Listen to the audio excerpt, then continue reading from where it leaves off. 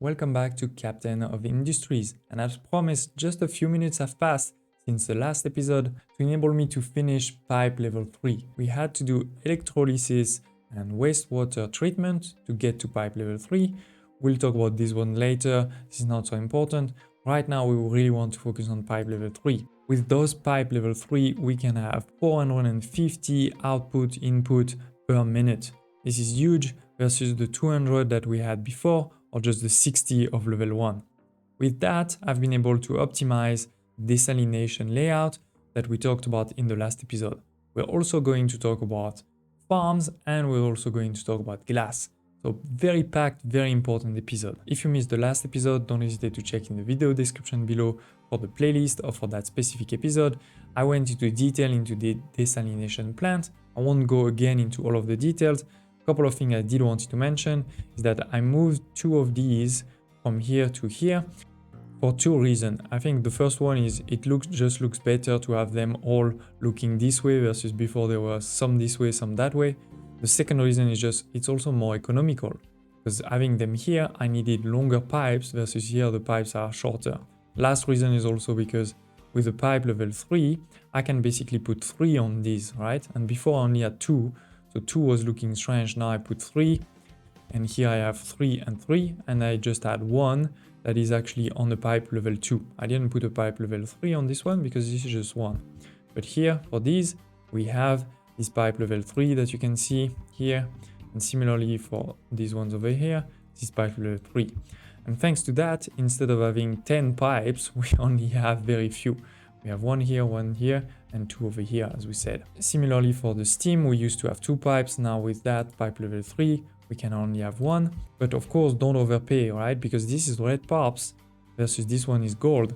So basically when I arrive to here, it's pipe level 2. I don't need pipe level 3 anymore because I've already used a lot of my steam over here. And this is the same for the seawater, right?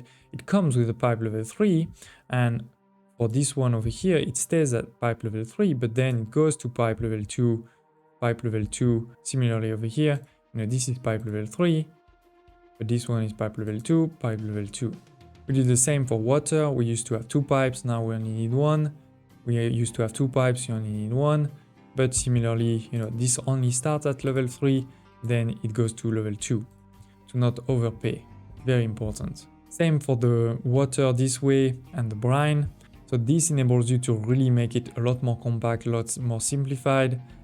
The brine also that's going there, I actually put a fourth one over here. But yeah, that's the main changes. And then another small thing is you actually do need a bit of water to kickstart this system, right? Because for the boilers, you need water, and you need the boilers to start to make water. So that's why I put those 2 rainwater harvesters over here. They really don't create a lot, only 4 per minute, versus remember this is 1000 per minute. But this way, I made this small reserve here. This will come into those boilers, kickstart the whole thing, and then we can delete that. That won't be a problem. All of this in terms of unity, this is actually a lot of unity. 105. We have 111, so that's good.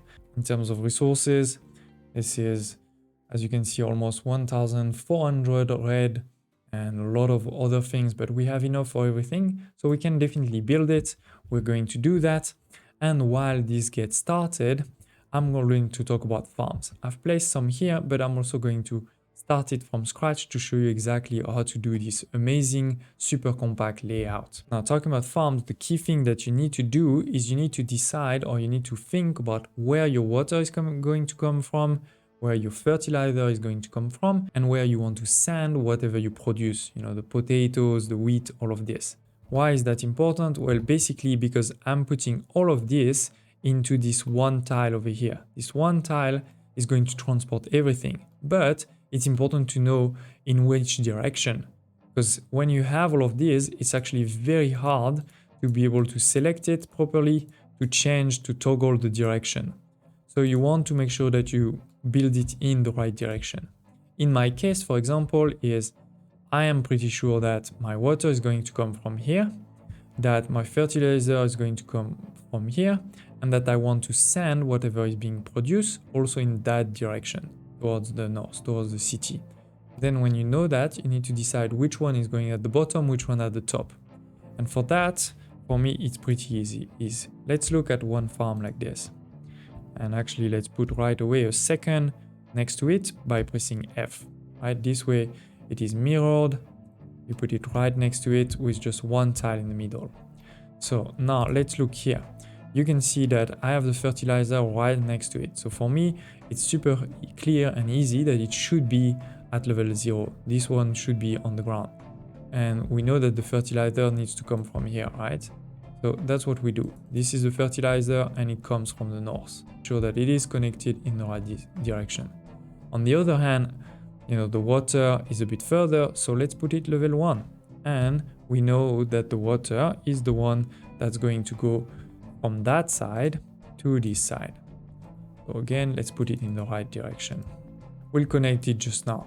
Before that, let's finish all of the layers. Similarly here, we have the vegetable, which is the one that's gonna require a flat conveyor that is very close. So let's put this one as the next level. And again, we know that it needs to go towards the north. So let's do the same as we did. So let's do the same as we did for the water, pressing E twice to get to height level 2. And we get into that direction. And then the last one is for everything else, potatoes, corn, etc. This one requires, and similarly, of course, it needs to come from that side. So let's put height level 3 to all the way over here. So now that we've placed them, let's connect all of this. So the first one is easy. Again, is the fertilizer, goes at level 0, connects right away on both sides. Second is the water, it is at level 1. We can do the same. Start level 1 and go to level 0. That's easy. So press E to be at level 1, press Q to get to level 0 and connect. Now let's talk about the vegetables. There's a couple of ways to do it. The one I prefer is you start here at the bottom, you press R to make sure it's connecting. And the idea here is that you want it to be as short as possible, right? This looks great in terms of being very straight, but it's very long. What you want is to be as short as possible. So you need to find, the shortest, which is over here, which is basically the line next to it, basically. And then you do the same on the other side. Very easy to find it. And then lastly, for this one, similarly, you want to get it on top, and you basically want it to make it symmetrical in a sense to the vegetable ones. Sometimes it doesn't look symmetrical, it does something strange. If it does, just press Ctrl and usually it will make it right. Now that we have done this, let's delete the excess so that this is exactly the same level. Similarly here, this is the first one, so we can delete actually everything. There's no need. Now that we've done that, we can just use the C button, just copy it, and you'll see it will connect perfectly. You see it's green, right? So this means that it is connecting. And this is also because you've chosen the right directions for all those things. Now, if you can put as many as you want or as many space as you have, you can do a couple of other simplification. Because for this one here, there's no vegetables that will ever come over here, right? The vegetables are starting there, then they will go all the way, but they start over here. So this one over here, we can actually delete it. And for the last one, this side, this is similar, but this is for the water, right? We don't need the water at level 1 anymore because the water stops here. So this is what you have over here. I have my fertilizer coming all the way over here, my water that's starting all over here and coming all the way. Then we have vegetables and the potatoes, and here there's no water on the last one. And as you can see, this is super clean, super compact. We can of course put it as close as possible to the next one. There's no reason to leave a space. And in my case, for now, we're probably going to put 3 of these, which means this is 18 farms. But the key idea now is that we have one long belt coming here, one long belt coming here, one long belt coming here. We can just put them all together over here. and use some flat sorters or U-shaped sorters to separate what needs to be separated and then make something with that. And then transform it however it needs to be transformed, right? So put, for example, the wheat into my meal, put the soybean into this food processor, etc., etc. Also be able to create some chicken farms. And while we have the resources for all of this, we don't really have the Unity for it. So I'm just gonna wait a bit for my Unity to go up, because otherwise this is a lot of trucks to make all of this. So we're gonna wait for the Unity, but I have the resources, definitely. You know, this is mostly gold. I am making one big giant fluid storage here, more kind of as a temporary thing, because for now my farms don't really need water, so I want this to start working. Okay, and now let's unpause for all of this to start being built. And while this is being built, let me show you what I've done here. What I've done here is very ugly. This is not clean at all. And the key reason is because I know I need to rework part of this anyway, because we're gonna unlock very soon our advanced smelting, but it is working. You'll see it is working quite well for me to be able to make glass and to actually be able to make vehicles. We will see here, I need the salt. The salt is being created all the way over here, right, in my desalination. So for now, this is a big belt. I think we'll just do trucks for now, but that's fine. Then this salt comes over here into this mixer. This mixer is going to take salt, but also acid. The acid, remember I was sending acid over here. So that was an easy one, it's just that pipe over here is going to deliver my acid. Then we also need limestone.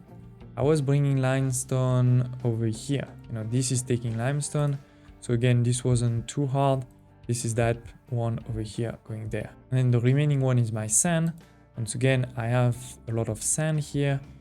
And this is this one coming over here. This creates a glass mix. This glass mix is going over there. This is creating 48 of glass mix.